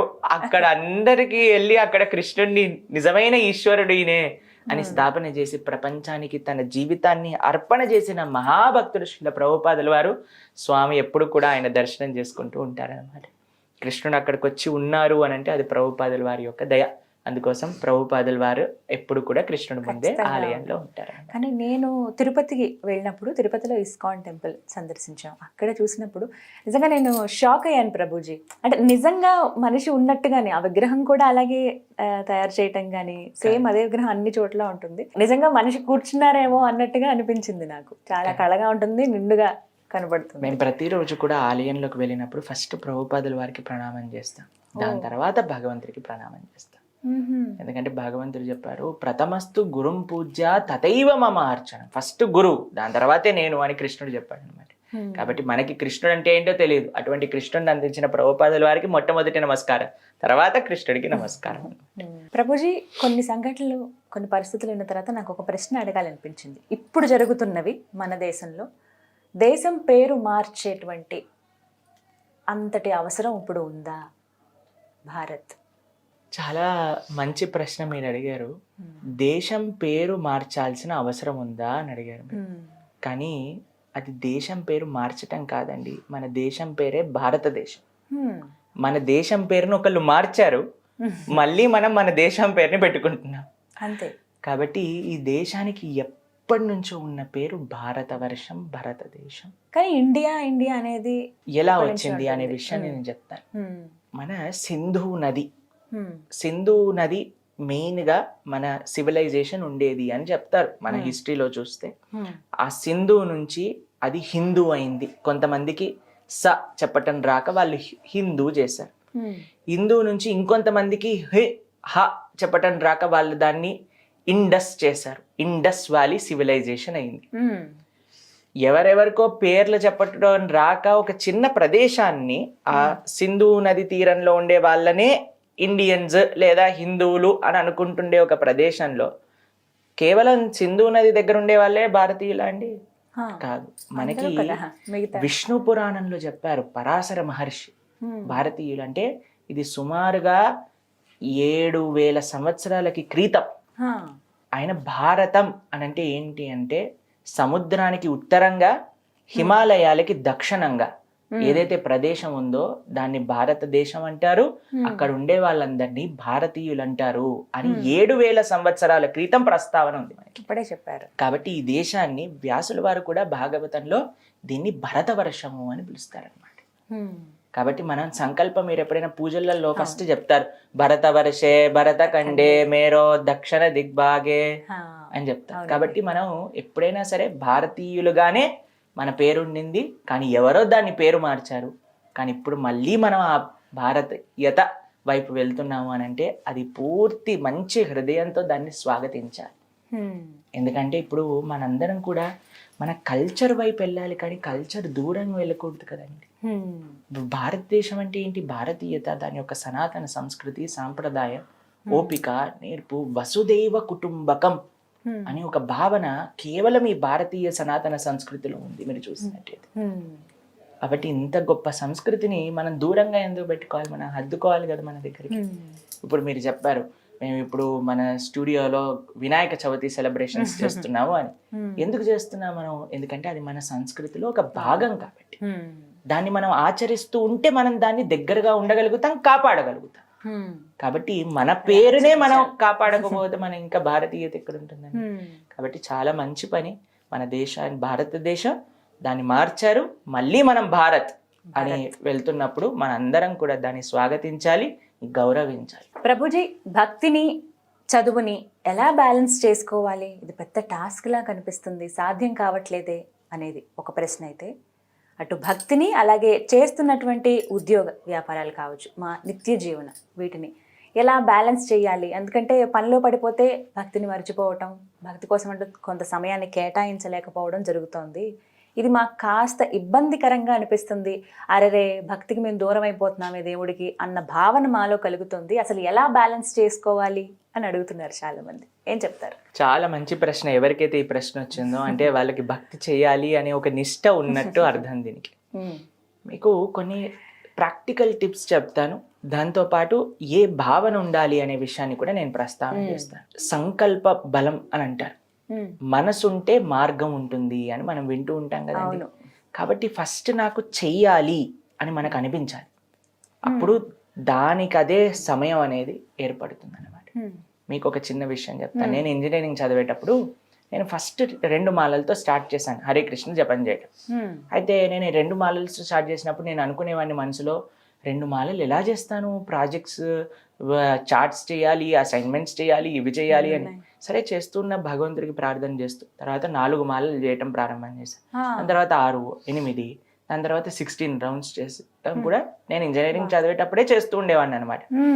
16 రౌండ్స్ చేసినప్పుడు కూడా నాకు అనిపించేది, అరే నేను 2 మాలలు చేసేటప్పుడే నాకు అంత కష్టంగా అనిపించింది, కానీ నేను ఇప్పుడు 16 చేస్తున్నా, నాకు సులభంగా ఇంకా చదువుకోగలుగుతున్నా, అన్ని చేయగలుగుతున్నానే. అసలు ఎలా సాధ్యమైంది? దేంటి తెలుసా అండి సాధ్యం? ఎలా అవుతుంది తెలుసా? మన దేన్ని మనం ప్రియారిటీ అని అనుకుంటే దానికి మనం సమయం ఏర్పరచుకుంటాం. మనసులో నాకు ఇది ముఖ్యం అని మనం అనుకుంటే, ఆ దృఢ నిశ్చయం మన దగ్గర ఉందనుకోండి, మనం తప్పకుండా ఆ పని చేసే తీరుతామండి. ఇది మన మనసులో ఉండాల్సిన భావన. నాకు భక్తి చెయ్యాలి, మంచిగా భాగవతం, భగవద్గీత ఇవి నేర్చుకోవాలి, భగవంతుడికి ఆరాధన చేయాలి, ఆలయానికి వెళ్ళాలి, గోసేవ చేసుకోవాలి, ఇలా మన మనసులో అనుకోండి, తప్పకుండా ఆ సమయం అనేది మీకు కలుగుతుంది. రెండో విషయం, ప్రాక్టికల్ విషయం చెప్తాను. నేను చేసేది ఏంటి అని అంటే, ప్రొద్దున పూట మేము 3:30కి లేచినప్పటి నుంచి రాత్రిపూట 9:30 వరకు పడుకునే వరకు ½ an hour స్లాట్స్గా డేని విభజిస్తాం అనమాట. విభజించి అరగంట నేనేం చేస్తున్నా, నేను ఏం చేయాలనుకుంటున్నా అని మొత్తం రాసేసుకొని ముందు రోజు రాత్రే పెట్టేసుకుంటా. అది నా టేబుల్ పైన ఉంటుంది ఎప్పుడు కూడా. ఒక్క క్షణం వేస్ట్ చేస్తున్నానని తెలిస్తే ఈ సమయానికి నువ్వేం చేయాలి అని చూసుకుంటూ ఉంటా. దాని ప్రకారంగా నా రోజు అనేది నడుస్తుంది. రాసి పెట్టుకోవడం ముఖ్యం అంటారా? ప్లానింగ్ అనేది ముఖ్యం మనకి. నేను నెసెసరీ మీరు రాసుకోండి అని చెప్పట్లేదు, కానీ ప్లాన్ చేసుకోండి. మీ సమయం పొద్దు నుంచి రాత్రి దాకా ఏం చేయబోతున్నారు, ఎప్పుడు లేకపోతున్నారు, ఎంత ఈ సమయాన్ని భక్తికి కేటాయిస్తున్నారు, ఎంత సమయం ఆఫీస్కి కేటాయిస్తున్నారు, లేదా చదువు కేటాయిస్తున్నారు, ఎంత సమయం రిక్రియేషన్ కేటాయిస్తున్నారు. నిజంగా మంచి అలవాటు అండి. కాబట్టి ఒక ప్రాపర్ బ్యాలెన్స్డ్ లైఫ్ అంటే ఏంటో తెలుసా అండి? మన యొక్క శరీరానికి మనం సమయం, మన యొక్క ఆరోగ్యం కోసం, 2 మన యొక్క కుటుంబం కోసం, 3 మన యొక్క ధర్మం కోసం. ఈ 3 కానీ మనం చేయగలిగితే ఎవరైనా సరే అది అప్పుడు పర్ఫెక్ట్ మార్గంలో ఒక పర్ఫెక్ట్ పర్సన్గా మనం ఉంటున్నట్టుగా అర్థం అన్నమాట. కాబట్టి ఇంకొక 3వ విషయం చెప్పిన, పైనున్న 2 అవ్వాలి అని అంటే ఎవరైతే ఈ పనులు చేస్తున్నారో వాళ్ళ యొక్క సాంగత్యంలో మనం ఉండాలి. వాళ్ళని అడిగి మనం నేర్చుకోవాలి, ఎలా మన డేని యూటిలైజ్ చేయొచ్చు, ఎలా వాళ్ళు బ్యాలెన్స్ చేస్తున్నారనే విషయాన్ని తెలుసుకొని మన జీవితంలో ఇంప్లిమెంట్ చేయాలి. కాబట్టి నాకు తెలిసిన ఎంతో మంది సైంటిస్టులు ఉన్నారు, ఇంజనీర్స్ ఉన్నారు, డాక్టర్స్ ఉన్నారు, స్టూడెంట్స్ ఉన్నారు, కిడ్స్ ఉన్నారు, అన్ని వాక్స్ ఆఫ్ లైఫ్లో ఉన్న వాళ్ళందరూ కూడా ఎంతో బ్రహ్మాండంగా భక్తి చేస్తున్నారు, అటు వాళ్ళ యొక్క బాధ్యతల్ని కూడా నిర్వర్తిస్తున్నారు. కేవలం మనం అనుకోవాలి, మనకు ఆ దృఢ నిశ్చయం అనేది ఏర్పడాలి. అది ఫస్ట్ స్టెప్. సో అప్పుడు ఖచ్చితంగా బ్యాలెన్స్ చేసుకోగలుగుతారు తప్పకుండా. భక్తిని, చదువుని, లేకుంటే భక్తిని వాళ్ళు చేసేటువంటి నిత్యం వాళ్ళు ఉద్యోగాలే కావచ్చు, ఏవైనా కూడా. ఏమన్నా మాకు టిప్స్ చెప్పండి సింపుల్గా. అంటే ఇంకా అది కష్టమైన, ఇంకా హెక్టిక్ వర్క్ ఉంది ఆ రోజు ఉద్యోగంలో, ఒక వారం రోజులు ఎక్కడికో బయటకు వెళ్ళిపోయాము, అవుట్డోర్ అది ఏవైనా కావచ్చు, అక్కడ పని ఎక్కువగా ఉంది వేరే దేశంలో లేకపోతే వేరే రాష్ట్రంలో, అక్కడ మాకు అసలు కనీసం టైం ఉండట్లేదు అని అన్న వాళ్ళకి ఎలా వాళ్ళు మేనేజ్ చేసుకోవచ్చు? ఇంకొక విషయం చెప్తా. రోజంతా మీకు బాగుండాలి అని అంటే మీరు ప్రతిరోజు అందరు చేసే పనే అండి, నేను కూడా అదే పని చేస్తా. ప్రొద్దున లేవంగానే నా ఫోన్ని ఛార్జింగ్ పెడతా. ఛార్జింగ్ ఒకసారి మా ఫోన్ 100% చూపించంగానే ఇంకా నాకు నిశ్చయం లేదనమాట, రోజంతా దాన్ని ఎక్కడికైనా తీసుకెళ్ళచ్చు, ఏ ఫోన్ వచ్చినా ఏ పని ఉన్నా చేసుకోవచ్చు. దాని తర్వాత రాత్రికి చూస్తాం ఫోన్ ఛార్జింగ్ అయిపోయిందని, పడుకునే ముందు ఫోన్ ఛార్జింగ్ పెట్టేసి పడుకుంటాం, అంతేనా? కాబట్టి అప్పుడు మనకి నిశ్చయంగా ఉంటుంది, ఏం ప్రాబ్లం లేదు, రోజంతా బ్రహ్మాండంగా ఇబ్బంది ఉండదని. కానీ మీరు ప్రొద్దున పూట లేచి బయటికి వెళ్తున్న సమయంలో మీ ఫోన్ కానీ రెడ్ కలర్ సిగ్నల్ చూపించింది అనుకోండి, బిలో 10% అనే సైన్ వినిపించింది అనుకో, మీరు ఏమంటారండి? మొన్నే నాతోటి ఇది అయింది, యాంగ్జైటీ అనమాట, నాకు ఇప్పుడు ఎలా దొరుకుతుంది నా ఛార్జర్, ఎక్కడి నుంచి ఛార్జింగ్ పెట్టుకోవాలి అని ఒక అరగంట సేపు ఆలోచించి ఒకరితో ఛార్జింగ్ చెప్పించి వెంటనే ఫోన్కి ఛార్జింగ్ పెట్టించే పని చేస్తాం, అంతేనా? కాబట్టి మనం ఫోన్కి ఛార్జింగ్ పెట్టుకుంటే ఎంత నిశ్చయంగా రోజంతా ప్రశాంతంగా ఉండగలుగుతామో, అలా ప్రొద్దున లేవంగానే కొద్దిసేపు భగవంతుడి యొక్క ఆరాధన, జపము, నామము, భాగవతం చెప్పడం మనం చేసుకొని ప్రొద్దున ఎలా అయితే మళ్ళీ రాత్రి ఛార్జింగ్ పెడతారో, రాత్రి starting with Krishna, ending with Krishna, ఇది చేస్తే మధ్యలో అంతా మీకు బాగుంటుంది. కానీ కొంతమంది రోజంతా కూడా రెస్ట్లెస్గా, మనసు బాగాలేనట్టు, ఎవరైనా దగ్గరికి వెళ్ళారనుకోండి, రోజు జాగ్రత్తగా వెళ్ళండి ఎందుకంటే ఈరోజు మూడు బాగాలేదు ఆయనకి. ఎందుకు ఇలా వస్తుంది అని అంటే మనం ప్రొద్దున రాత్రి ఛార్జింగ్ పెట్టలేదు, మన స్పిరిచువల్ బ్యాటరీని ఛార్జింగ్ చేయలేదన్నమాట. కాబట్టి మనము స్ట్రాంగ్గా ఉంటే మనం చేసే పని, చాలామంది ఏమనుకుంటారు తెలుసా, నాకు ఇప్పుడు పని ఉంది కాబట్టి నేను ఇది చేయను అని అనుకుంటారు. కానీ తెలుసుకోవాల్సింది ఏంటంటే, నువ్వు అది చేస్తే నీ పని ఇంకా ఎఫిషియెంట్గా నువ్వు చేయగలుగుతావు, సులభం అవుతుంది, ఇంకా బాగా చేయగలుగుతారు. అది ముఖ్యం అన్నమాట. కాబట్టి ఇది తెలుసుకున్నప్పుడు అందుకే మేము ప్రతిరోజు కూడా అందరూ కూడా ప్రొద్దున లేవంగానే కృష్ణ భక్తికి సంబంధించిన జపం చేసుకోవటం, ఆరతి చేసుకోవటం, భాగవతం వింటాం, అయిపోయిందంటే నెక్స్ట్ రోజంతా పని చేయండి. దాని తర్వాత సాయంత్రం పూట కొద్దిసేపు కీర్తన వినటం, భగవద్గీత చదువుకోవటం, కుటుంబంతో కలిసి చేయండి. ఎంత ప్రశాంతంగా మీ రోజంతా ఉంటుంది అనే విషయాన్ని మీకే అర్థమవుతుంది అనమాట. It is simple, starting and ending. Prabhuji, ఈ మధ్య కాలంలో నేను ఒక వీడియో చూశానండి, కృష్ణుడు చనిపోయాడు, తను చనిపోయే ముందు ఈ విధంగా కొన్ని కార్యక్రమాలు, కొన్ని క్రియలు తాను చేశారు అని అన్నప్పుడు నాకు ఆశ్చర్యం అనిపించింది. దేవుడు నిజంగా చనిపోతాడా, ఆయన అంత్యక్రియలు ఇలా జరిగాయని కూడా చెప్తూ ఉన్నారు. అవి ఎంతవరకు నిజం? ఆ వీడియోలు నాకు మిమ్మల్ని అడిగితే కరెక్ట్ ఆన్సర్ వస్తుంది, నా సందేహం నివృత్తి అవుతుందని భావించాను. నిజంగా దేవుడికి మరణం ఉంటుందా? ఒక విషయం చెప్తాను మీకు. మనం ప్రొద్దున పూట లేసేసరికి సూర్యుడిని చూస్తామా? చూస్తాము. చూడంగానే ఈరోజు సూర్యుడు పుట్టాడు ఇప్పుడు అని అంటామా మనం? రాత్రిపూట చీకటి అయిపోగానే సూర్యుడు చనిపోయాడు అని అంటామా? మనం ఏమంటాం? సూర్యుడు ఉదయిస్తాడు, సూర్యుడు అస్తమిస్తాడంట. మనకి అస్తమిస్తాడు, మనకి సూర్యుడు కడిపోయినంత మాత్రం చేత సూర్యుడు వెళ్ళిపోయినట్ట, ఇంకెక్కడో వెలుగునిస్తున్నట్టు కదా ఆయన నిరంతరం అలానే ఉంటాడు. కాబట్టి భగవంతుడు కూడా అసలు జన్మనే లేదు ఆయనకి. ఆయన భగవంతుడు ఎప్పుడు కూడా జన్మించడు మానవుడిగా, భగవంతుడు అవతరిస్తాడు, భగవంతుడు ఉదయిస్తాడు. ఉదయించిన సూర్యుడు ఎలా అయితే అస్తమించటం అని అంటే ఇంకొక ప్రదేశంలో ఉన్నారు, నువ్వు చూడలేకపోతున్నావు అంతే. కాబట్టి భగవత్ అవతారం కూడా ఒక దగ్గర పరిసమాప్తం అయిపోయింది అని అంటే ఇంకెక్కడో కృష్ణుడు లీల చేస్తున్నట్టు అనమాట. కాబట్టి భగవంతుడికి ఎప్పుడు కూడా మరణం అనేది ఉండదు. కానీ ఆధారాలతో సహా ఉన్నాయి, ఏ విధంగా చేశారు, చనిపోయాడు కృష్ణుడు అని కూడా. సరే, మీకు ఒక ఉదాహరణ చెప్తా. కృష్ణుడు 7 సంవత్సరాలు ఉన్నప్పుడు మనం చూస్తాం గోవర్ధనాన్ని ఎత్తారు. ఒక ఎడమ చేతి చిటికని వేలు పైన 21 కిలోమీటర్లు ఉండే ఒక పర్వతాన్ని, ఇప్పుడు మనం చూస్తే 21 కిలోమీటర్లు, ద్వాపర యుగంలో ఎలా చాలా విస్తారితంగా చాలా వైభవంగా ఉండేదని చెప్తారు. అటువంటి ఎత్తిన ఆయన మనకి ఒక చిన్న, మనం అప్పుడప్పుడు వింటుంటాం కదండి, ల్యాండ్ స్లైడ్ అయిపోయిందండి, లారీలు కార్లు అన్ని కూడా చట్నీ అయిపోయాయి, ఆ రాళ్ళు పడిగా అని వింటూ ఉంటారు మీరు, అవును. న్యూస్లలో వస్తూ ఉంటుంది. అవును. ఆ హిమాలయాల ప్రాంతంలో రాళ్ళు ఒక రాయి పడితేనే మనిషి పోతాడు, అటువంటిది ఒక పర్వతాన్ని ఎత్తిన కృష్ణుడికి ఆ రోజు ఏం కాలేదు 7 సంవత్సరాల వయసులో ఉన్నప్పుడు. తాను మథురకెళ్ళి మథుర నుంచి చదువుకోవడానికి సాందీపని ముని ఆశ్రమానికి వెళ్ళినప్పుడు గురు దక్షిణగా మీకేం కావాలి అని అంటే చనిపోయిన నా కుమారుడు కావాలి అని అడిగితే యమధర్మరాజు దగ్గరికి వెళ్ళి చనిపోయిన గురుపుత్రుణ్ణి తీసుకొచ్చి గురువు గారికి దక్షిణగా ఇచ్చారు ఆయన. మూడవది మనం లాస్ట్ టైం కూడా చెప్పుకున్నాం, ప్రహసన అనే ఒక పర్వతం పై నుంచి జరాసంధుడు యుద్ధం చేసినప్పుడు కృష్ణ బలరాములు ఇద్దరు కూడా ఎన్ని యోజనాలు విస్తీర్ణం ఉన్న పర్వతం పైన నుంచి దూకితే ఆయనకి చిన్న ఫ్రాక్చర్ కూడా అవ్వలేదు. యమలోకానికి వెళ్ళారు, బలి మహారాజ్ దగ్గరికి వెళ్ళారు, విష్ణుమూర్తి దగ్గరికి వెళ్ళారు వైకుంఠంలో, ఎక్కడికి వెళ్ళినా సరే ఆయనకి ఏం కాలేదు. అన్ని ముల్లోకాల్ని జయించిన ఒక కృష్ణుడు జరా అనే ఒక వేటగాడు తన యొక్క పాదంలో బాణాన్ని వేయటం చేత చనిపోయారు అని అంటే ఇప్పుడు కృష్ణుడి వరకు వెళ్ళొద్దండి. మన కాల్లో ముళ్ళు గుచ్చుకున్నా, మన కాల్లో ఒక బాణం తగిలినా, మన కాల్లో ఒక బుల్లెట్ దిగినా ఎవరైనా చనిపోతారు అని మనం చెప్పగలుగుతామండి? లేదు. అంతెందుకండి, మన సినిమాలలో మన సీరియళ్లలో ఈ గన్ పాయింట్ లో బుల్లెట్ దిగినా సరే వాళ్ళు ఇలా ఇలా ప్రార్థన చేసేసరికి వాళ్ళు వచ్చి కొద్దిగా ప్రేమ చూపించే ఐసీయూలోకి వెంటనే ఇట్లా లేచి కూర్చుంటారు. చూడలేదా మనం ఎన్ని సినిమాలలో ఇక్కడ నుంచి బుల్లెట్ దిగినా ఇక్కడ నుంచి బుల్లెట్ దిగినా వాళ్ళు లేచేస్తారనమాట. అవును. అంటే మనం చెప్పినంత ఫాస్ట్ గా లేవరనుకోండి, ఒక 2-3 years అవుతుంది వాళ్ళు లేవడానికి. కాబట్టి ఎవ్రీ వీకెండ్ లేస్తున్నట్టు చూపిస్తారు కానీ లేవరు. ఒక 2-3 సంవత్సరాలు వాళ్ళు టైం తీసుకుంటారు కానీ లేస్తున్నారే.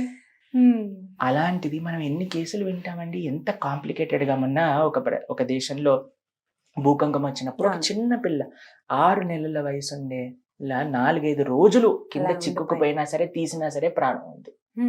ఇంత ఘోర విపత్కర పరిస్థితిలో నుంచి ఒక మానవ మాత్రుడు బయటకు వచ్చేసాడు. ఒక చిన్న బాణం పాదాల నుంచి తీసినాక కృష్ణుడు చనిపోయాడు అని చెప్తే ఎంత ఇల్లాజికల్ చెప్పండి. కాబట్టి భగవంతుడికి ఎలా అయితే మనలాంటి జన్మ లేదో మనలాంటి మరణము కూడా భగవంతుడికి లేదు. భగవంతుడికి అవతారం తీసుకుంటారు, అవతార పరిసమాప్తి చేస్తారు. కృష్ణుడి గురించి మనందరికి అసలు కృష్ణుడు ఉన్నాడు అని తెలిసేది మన శాస్త్రం నుంచే కదండి. మీకు కాకుండా ఎక్కడి నుంచి తెలుస్తా? ఈ మధ్యలో మనం ఇంటర్నెట్ నుంచి తెలుసుకుంటున్నాం కానీ అది మనం చేసే తప్పు. శాస్త్రాన్ని అధ్యయనం చేసినప్పుడు భాగవతంలో మనం లాస్ట్ టైం కూడా చెప్పుకున్నాం, ఉద్ధవుడు కృష్ణుడి యొక్క సంవాదంలో ఏం రాసింది తెలుసా?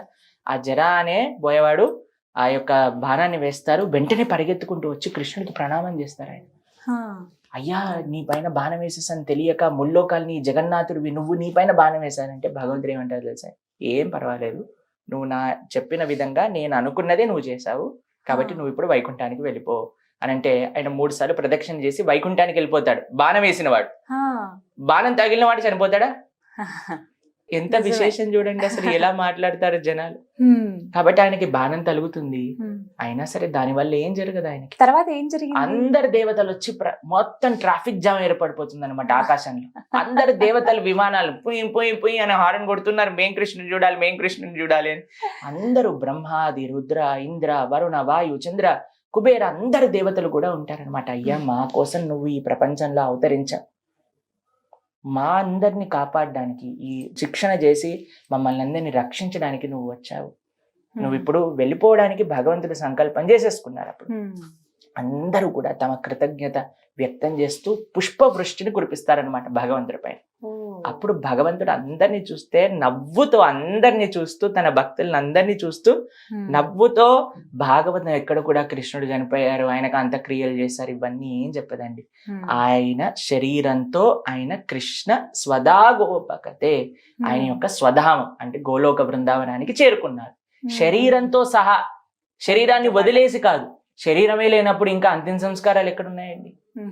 కాబట్టి మనకి వేరు, మనం ఆత్మ దాల్చి శరీరం. వాచాంసి జీర్ణాన్ని యథా విహాయ. ఒక కుర్తా నాది చినిగిపోయింది అనుకోండి, ఈ కుర్తా తీసి కొత్త కుర్తా వేసుకుంటాం. అలా ఆత్మకే మరణం లేదు. ఆత్మని సృష్టించిన వాడు చనిపోతాడంటే ఎలా నమ్ముతాను చెప్పండి? మనం శరీరాలను మారుస్తూ ఉన్నాం కానీ ఆత్మ ఎప్పటికీ ఉంటుంది, ఆత్మని చంపలేదు. అటువంటి ఆత్మ ఎవరి దగ్గర నుంచి వచ్చిందో అటువంటి పరమాత్మకి మృత్యు ఉంది అని చెప్తే ఎంత పెద్ద అపరాధం భగవంతుడి పట్ల. కాబట్టి పిచ్చి పిచ్చి ఇంటర్నెట్ వీడియోలు, ఇన్స్టాగ్రామ్ రీల్స్ చూడకండి. మీరందరూ కూడా మంచిగా ఎవరైతే శాస్త్రాన్ని అధ్యయనం చేసిన వాళ్ళు ఉన్నారో ఒక గురువు ముఖతః ఈ వారే. తత్వాన్ని తెలుసుకున్న వాళ్ళు ఉన్నారో వాళ్ళ నుంచి మీరు వింటే నిజమైన ఆధ్యాత్మికత మీరు నేర్చుకోగలుగుతారు. మీకు ఒక విషయం చెప్తానండి, మీ పిల్లల్ని కానీ మీరు స్కూల్లో వెయ్యాలి అని అంటే అది గవర్నమెంట్ దాన్ని ఆథరైజేషన్ ఉందా లేదా అని చూస్తాం. అవును. ఇప్పుడు మనం వింటూ ఎంతవరకు ఉంటాం కొన్ని authorized? దగ్గర కొంతమంది పిల్లలు ఫారెన్కి వెళ్ళి కొన్ని ఇన్స్టిట్యూషన్స్ లో జాయిన్ అయ్యి తర్వాత తెలుస్తుంది అసలు దీనికి అస్తిత్వము లేదన్నప్పుడు హా. వాళ్ళ డబ్బులన్నీ వేస్ట్ అయిపోయి వాళ్ళందరూ గవర్నమెంట్ కి పిటిషన్ రాస్తూ మోసపోతారు చాలా ఉంటారు. మంది. అవును. మోసపోతున్న మనం కేసులు వింటాం కదండి. కాబట్టి మనం పిల్లల్ని ఒక చిన్న మెటీరియల్ ఎడ్యుకేషన్ ఇవ్వాలన్నా సరే ఇది గవర్నమెంట్ అక్రెడిషన్ ఉందా, ఈ వీళ్ళందరు టీచర్లు బాగా చదువుకున్న వాళ్ళ, దీని అన్నిటికీ నిజంగా సిబిఎస్ఈ ఐసిఎస్సి ఎస్ఎస్సి దేనికి ఉంది అన్ని చూస్తాం కదండి. చూస్తాం. కానీ ఆధ్యాత్మికత గురించి నేర్చుకోకపోతే ఎవరి పట్ల వాళ్ళు, కొంతమంది చెప్తారండి మేము గూగుల్లో చూసాం ఈ విషయాన్ని, ఇంటర్నెట్ రీల్లో ఇలా విన్నాం. అవును. చెప్తూ మీరు ఉంటారు. ఇంత రీసెర్చ్ ఒక మెటీరియల్ ఎడ్యుకేషన్ చేసినప్పుడు మరి ఆధ్యాత్మికంగా నేర్చుకోవడానికి మీరు ఎందుకు రీసెర్చ్ చేయట్లేదు? నేను వింటున్న సోర్స్ ఏంటి, ఆయన చదువుకున్నారా, ఏమైనా చేశారు, ఎంత సాధన చేశారు, ఏ గురువు ఏ పరంపర అని మనం ఎందుకు ఆలోచించట్లేదండి? కాబట్టి అన్నీ చూడాలి. నాకు మీకు చేసే ఒక ప్రార్థన ఏంటి అని అంటే, మీరు భగవంతుడి గురించి ఆధ్యాత్మికమైన విషయాలు విన్నప్పుడు ఒక ప్రామాణికమైన పరంపరలో వస్తున్న వ్యక్తుల నుంచి వినండి. ఎవరైతే సాధన అధ్యయన నిష్ఠ ఆచరణ ఉందో వాళ్ళ దగ్గర నుంచి మీరు భగవంతుడి గురించి విన్నప్పుడు వినయంతో అప్పుడు మాత్రమే మీకు అర్థమవుతుంది. అందుకే కృష్ణుడు భగవద్గీతలో అర్జునుడికి చెప్తారండి, ఎలా నువ్వు భగవంతుడి గురించి తెలుసుకోగలుగుతావు అంటే తద్విద్ధి ప్రణిపాతేన పరిప్రశ్నేన సేవయా ఉపదేక్షంతి తే జ్ఞానం జ్ఞానినః తత్వదర్శినః. ఎవరికైతే ఆ జ్ఞానం ఉందో ఆయన దగ్గరికి వెళ్ళు, ఆయన సేవ చేసుకో, ఆయన దగ్గర నుంచి కూర్చొని ఆయన చెప్పేది విను, ఆయనని ప్రశ్న అడుగు, అప్పుడు ఇక ఆధ్యాత్మిక జ్ఞానం అందుతుంది అని చెప్పారు. మీరు ఇన్స్టాగ్రామ్ రీల్ కి సేవ చేయగలుగుతారా? మీరు ఇన్స్టాగ్రామ్ రీల్ కి ప్రశ్న అడగగలుగుతారా? కాదండి, చూడటం కాబట్టి వరకే. ఎలా చెప్పండి మీరు? కాబట్టి సనాతన ధర్మాన్ని పాడు చేయడానికి ఎన్నో శక్తులు పనిచేస్తున్నాయి. ఎంతో మంది అజ్ఞానంతో చేస్తున్న వాళ్ళు ఉన్నారు. ఈ రోజు మేము ఇక్కడికి వచ్చి టీవీ మాధ్యమంగా ఎందుకు చెప్తున్నాం అని అంటే, ఎంతమందికి తప్పుడు ఇన్ఫర్మేషన్ వస్తుంది. ఆ తప్పుడు ఇన్ఫర్మేషన్లో మనకి 4 మంచి మాటలు, ఏవో మేం చెప్తున్న మాటలు కాదండి, ఇది మన ఇంతమంది ఋషులు ఆచార్యులు గురువులు తమ జీవితాన్ని అంకితం చేసి ఇచ్చిన శాస్త్ర సారాంశాన్ని మా గురుముఖతః మేము విన్నాం. కాబట్టి ఒక 10 మందికి మంచి విషయాలు ఒక పోస్ట్ మ్యాన్ ఎలా అయితే డెలివరీ చేస్తారో అలా మేము ఇక్కడికి వచ్చి డెలివరీ చేయడానికి మీకు ప్రయత్నం చేస్తున్నాం అన్నమాట. కాబట్టి మాకు ఒకటే ఒక ప్రార్థన, మీ అందరి పట్ల ఆధ్యాత్మిక విషయాలు ప్రామాణికమైన వ్యక్తుల నుంచి మాత్రమే వినండి, అప్పుడే మీరు సరైన మార్గంలో నడుస్తున్నట్టు. ప్రభుజీ, మన సనాతన ధర్మంలో అసలు క్యాస్ట్ సిస్టమ్ అనేది ఉందా అండి? ఇప్పుడు ఇన్ని రకాల కులాలు చూస్తున్నాం మనం. నాకు అదే కొంచెం ఒక చిన్న సందేహం, ఇది అంతే. ఏం చెప్తారు? సనాతన ధర్మంలో కుల వ్యవస్థ కాస్ట్ సిస్టమ్ ఉందా? ఇది చాలా మందికి ఉండే ప్రశ్న. ప్రభుజీ, మన ధర్మంలో ఒకళ్ళు పెద్ద ఒకళ్ళు చిన్న, ఒకళ్ళు పవిత్రం ఒకళ్ళు అపవిత్రం ఇలా ఉందా అని అడుగుతూ ఉంటారు చాలా మంది మమ్మల్ని.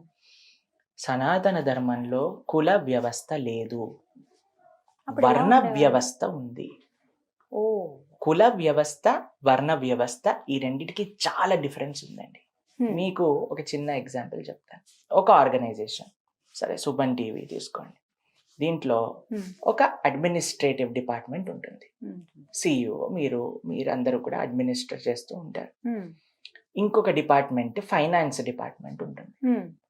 ఇంకొక డిపార్ట్మెంట్ ఎవరైతే అందరూ పని చేస్తున్నారో స్టాఫ్ గా పనిచేసే వాళ్ళందరూ ఉంటారు.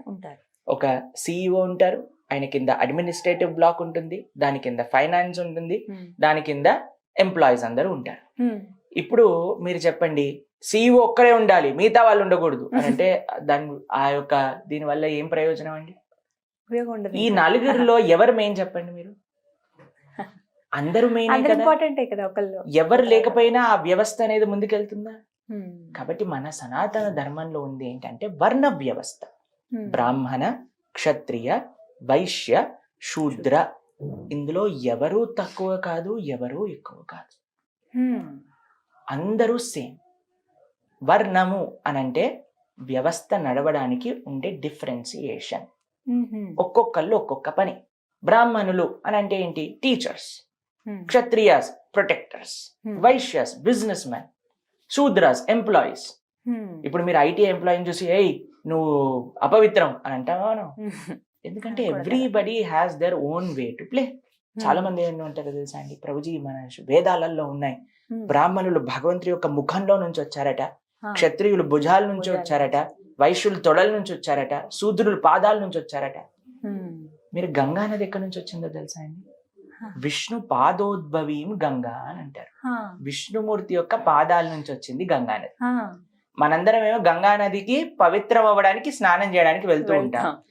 విష్ణు పాదాల నుంచి వచ్చిన గంగ పవిత్రం చేసినప్పుడు విష్ణు పాదాల నుంచి వచ్చిన శూద్రులు ఎందుకు పవిత్రలైపోయారు చెప్పండి?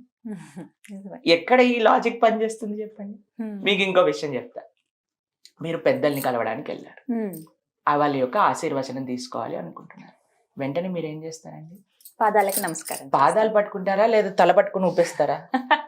పాదాలనే కదండి మనందరం పట్టుకునేది. పాదాలు పట్టుకుని ఆశీర్వచనం అడుగుతారు. భగవంతుని కూడా సమాశ్రితాయై పద పల్లవప్లవం, స్వామి నీ యొక్క పాదాలని ఆశ్రయించారు. మన శిరస్సు పైన కృష్ణుడి యొక్క పాదాలని మనం ధరిస్తాం. కాబట్టి పాదాలు ఎప్పుడు అపవిత్రం అయిపోయాయి?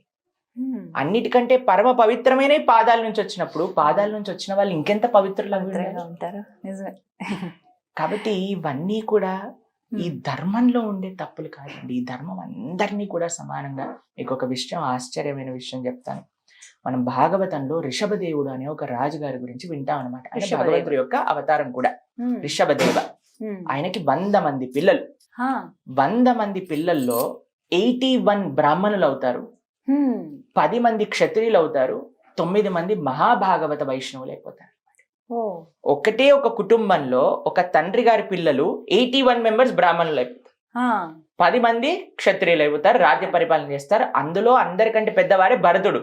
ఆయన వెనకాలనే ఈ దేశానికి భారతదేశం అని పేరు వచ్చింది అనమాట. ఇంతకు ముందు ఇలావృత వర్షం అని పిలిచేవారు, ఆయన తర్వాత భారత వర్షం అని పిలుస్తున్నారు. కాబట్టి చూడండి, మీరు విశ్వామిత్రుడిని కూడా చూస్తారు, ఆయన ప్రయత్నించి బ్రహ్మర్షి అవుతారు. కాబట్టి కేవలం పుట్టిక చేత మీరు ఈ కులానికి సంబంధించి, కులం అనే వ్యవస్థే లేదండి, వర్ణంకి సంబంధించిన వాళ్ళు. ఇప్పుడు చూడండి, ఇద్దరు మదర్ ఫాదర్ డాక్టర్, పుట్టిన పిల్లవాడు కూడా మీరు డాక్టర్ అండి అని చెప్తామా? డాక్టర్ కాదు, వాడికి డాక్టర్ అయ్యే ఛాన్సెస్ చాలా ఉన్నాయి వాడు అవ్వాలనుకుంటే. కేవలం పుట్టుకతో వాడు పిల్లవాడిని పుట్టిన డాక్టర్ ప్రణవ్ అని పెట్టేస్తారా? డాక్టర్ ఫ్యామిలీలో పుడితే లేదు, పెట్టాం కదా. అడ్వకేట్ కుటుంబంలో పుట్టినంత మాత్రం అడ్వకేట్ అనేస్తామా?